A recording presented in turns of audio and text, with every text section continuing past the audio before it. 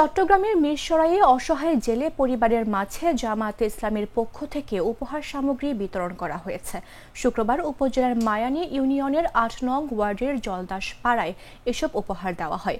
অনুষ্ঠানের প্রধান অতিথি হিসেবে উপস্থিত ছিলেন চট্টগ্রাম ১ আসনে জামায়াতে ইসলামের মনোনীত সংসদ সদস্য প্রার্থী ও গণপ্রজাতন্ত্রী বাংলাদেশ সরকারের deputy attorney general advocate Saifur Rahman.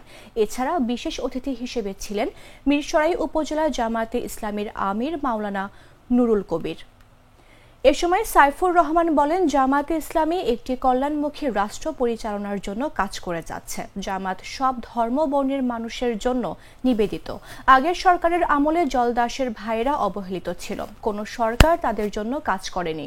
তাই আগামী সংসদ সদস্যের দাঁড়িপাল্লা প্রতীকে ভোট দিয়ে সবার জন্য কাজ করার সুযোগ প্রদানে মিরসরাইবাসীকে আহ্বান জানাচ্ছি।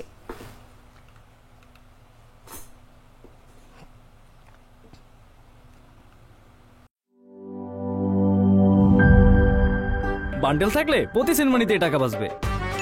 বিকাশ সেনমানি বান্ডেল কিনে জিতুন প্রতি লেনদেনে।